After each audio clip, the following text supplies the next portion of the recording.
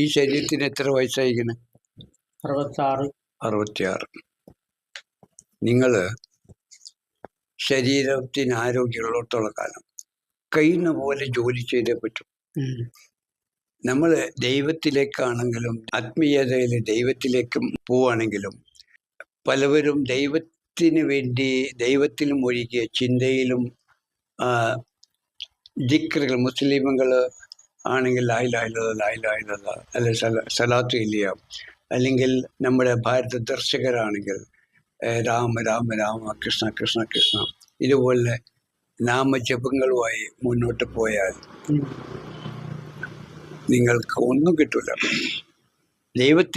ദൈവചിന്തയിൽ നിങ്ങൾ മുഴുകിയിരിക്കുന്നു, പക്ഷെ ദൈവത്തെ കാണാനോ നിങ്ങൾ ദൈവമാണോ എന്ന് അറിഞ്ഞ് ദൈവികമായി തീരാനോ നിങ്ങൾക്ക് കഴിയില്ല. കാരണം എന്തിനാണ് രാമ രാമ കൃഷ്ണ കൃഷ്ണ ലാ ഇലാഹ ഇല്ലല്ലാഹ് മുഹമ്മദ് റസൂലുള്ളാഹ് എന്നൊക്കെ പറയുന്നത്? ദൈവത്തെയാണ് നിങ്ങൾ വ്യക്തമാക്കിക്കൊണ്ടിരിക്കുന്നത്. അത് നിങ്ങൾ തന്നെയാണ്. ആ രാമനും കൃഷ്ണനും മുഹമ്മദും നിങ്ങൾ തന്നെയാണ് എന്നറിയുന്നില്ല. നിങ്ങൾ ലാ ഇലാഹ എന്ന് പറഞ്ഞ ഇല്ലല്ല നിങ്ങളാണ്. എൻ്റെ മുഹമ്മദ് റസൂലുള്ളാഹ് ബീജാന്തരങ്ങളുടെ ജന്മാന്തരങ്ങളിൽ വെളിവായിരിക്കുന്ന എല്ലാ കാലവും ഇരിക്കുന്ന, മരിച്ചു പോകുന്നതല്ല, മറിഞ്ഞു പോകുന്നതല്ല.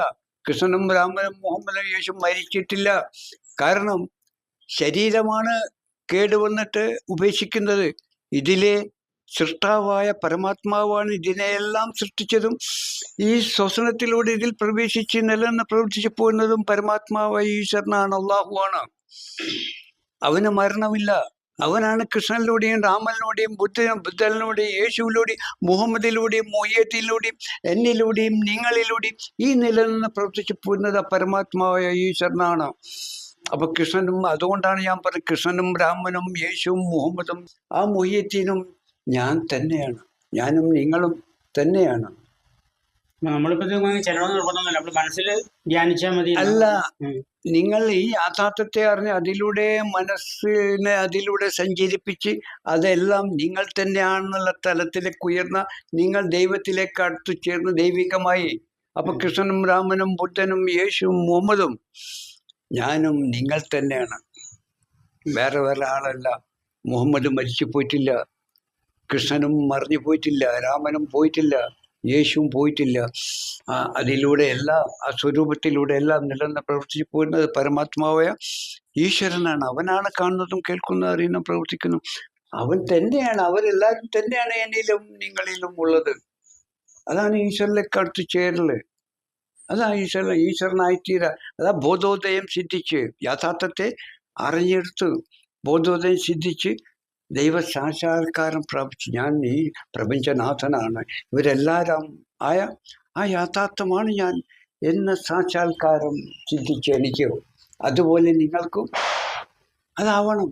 ദൈവം അള്ളാഹു നമ്മളിൽ തന്നെ ഉണ്ട്, നമ്മളിൽ തന്നെ ഉണ്ട്. അതിനെയാണ് അള്ളാഹും റസൂലും നിങ്ങളിലാണ്. അതാണ് ഗീത പറഞ്ഞത്, അർജുന ശരീരമാണ് ക്ഷേത്രം. ഈ ശരീരത്തിലാണ്, മണ്ണുകൊണ്ട് സൃഷ്ടിച്ച ശരീരത്തിലാണ് ദൈവം ശ്വസനത്തിലൂടെ പ്രവേശിച്ചുകൊണ്ട് നിലനിന്ന് പ്രവർത്തിച്ചു പോയിട്ടുണ്ട്. ക്ഷേത്രം ശരീരമാണ്. അതാണ് ഖുർആനും പറഞ്ഞ് ഫലം വന്നഫിക്ക് റസൂല, നിങ്ങൾ അറിയുക അള്ളാഹും റസൂലും നിങ്ങളിലുണ്ട്, നിങ്ങളാണ്. എന്താണ് അള്ളാഹും റസൂലും നിങ്ങളിലാണ് പറഞ്ഞത്? അള്ളാഹു പരമാത്മാവല്ലേ? അള്ളാഹു പരമാത്മാവിനല്ലേ ഈശ്വരൻ അള്ളാഹു എന്നൊക്കെ പറഞ്ഞത് അല്ലേ?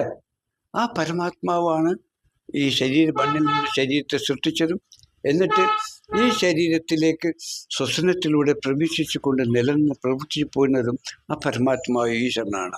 അപ്പം ഈശ്വരൻ്റെ ആ പരമാത്മാവ് ഈശ്വരൻ ഇതിനെ സൃഷ്ടിക്കുകയും രൂപത്തെ സൃഷ്ടിക്കുകയും പരമാത്മാവ് ഈ ശരീരത്തിൽ പ്രവേശിച്ചുകൊണ്ട് ഇതിലൂടെ നിലനിന്ന് പ്രവർത്തിച്ചു പോരുന്നത്, ശരീരത്തിലൂടെ നിലനിന്ന് പ്രവർത്തിച്ചു പോരുന്നത് ആരാണ്?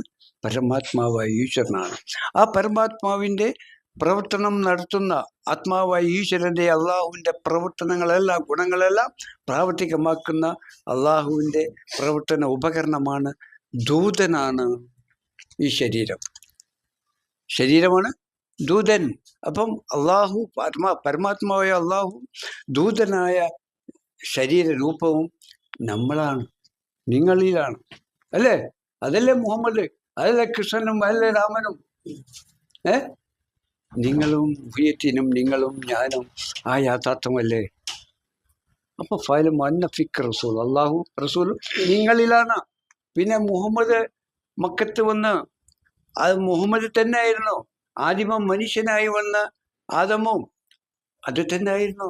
കൃഷ്ണൻ അത് തന്നെയല്ലേ ബീജാന്തരം കൂടെ ജന്മജന്മാന്തരങ്ങളായി വന്ന കൃഷ്ണനും രാമനും ബുദ്ധനും യേശുവും എല്ലാവരും. അതാണ് ശിവം.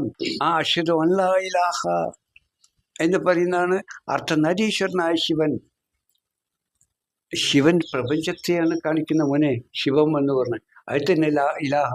ആ പ്രപഞ്ച ശരീരത്തിന്റെ ഉള്ളിലെ വിത്തിട്ട മുളക്കുന്ന ഗർഭമായ ഭൂമിയിലേക്ക്, അർദ്ധനാരിയിലേക്ക് ആ പ്രകാശം തന്നെ ബീജമായി വന്നുകൊണ്ട് ആ പ്രകാശം ഈ ഗർഭത്തിലൂടെ പുനർജനിച്ചുള്ള ശിവ അവതാരമാണ് ഭൂമിയിലെ നാമെല്ലാം. ആ ഇലാഹിന്ന് പിറന്ന ഇല്ലയാണ് നാമെല്ലാം. അന്ന മുഹമ്മദ് റസൂലുള്ളയാണ്. അല്ലാതെ അത് കൃഷ്ണൻ അയോധ്യയിലോ ദ്വാരകയിലോ അവിടെ ഒന്നല്ല ഇരിക്കുന്നത്. മുഹമ്മദ് മക്കത്തല്ല ഇരിക്കുന്നത്. യേശു വേറെ എവിടെ അല്ല ഇരിക്കുന്നത്. ഈ പരമാത്മാവാണ് പ്രപഞ്ചം നിറഞ്ഞിരിക്കുന്നവരാണ് അവരെല്ലാവരും.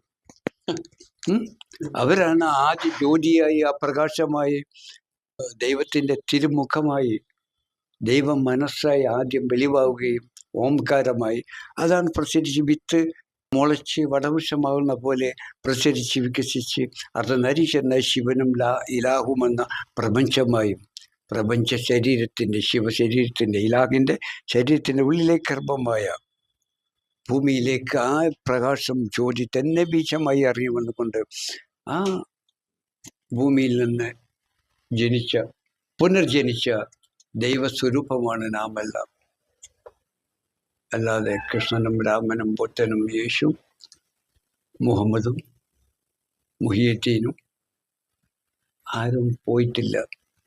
അവരെല്ലാവരും അനവധിയായി പുനർജനിച്ച് വ്യാപിച്ചു കൊണ്ടിരിക്കുന്നതാണ് നമ്മളെല്ലാം. അതുകൊണ്ട് ഭൂമിയിലെ എല്ലാവരും ആ ഏകം സത് വിപ്ര ബഹുധാവരത്തി വസുദൈവ കുടുംബകം എന്നിട്ട് ലോകോ സമസ്തോ സുഖിനോ ഭവന്തോ, ലോകത്തിലുള്ള സകലമാനത്തിനും ഐശ്വര്യം സുഖവും ഉണ്ടാവട്ടെ എന്ന് പ്രാർത്ഥിക്കുന്നതും ഭാരതദർശനത്തിന് നമ്മളും പ്രാർത്ഥിക്കുക. ആ ദൈവത്തെയാണ് കൈകൂപ്പി വന്ദിക്കുന്നതും കാൽക്കൽ വീണ് നമസ്കരിക്കുന്നത്. ഇതാണ് യഥാർത്ഥം. ഇതാണ് ഭാരത സംസ്കാരം. ഇതാണ് ആർഷ ഭാരത സംസ്കാരം. ഇതാണ് യഥാർത്ഥം. ഇതാണ് നമ്മൾ നിലനിർത്തേണ്ടത് ഭൂമിയിലെ എല്ലാവരും.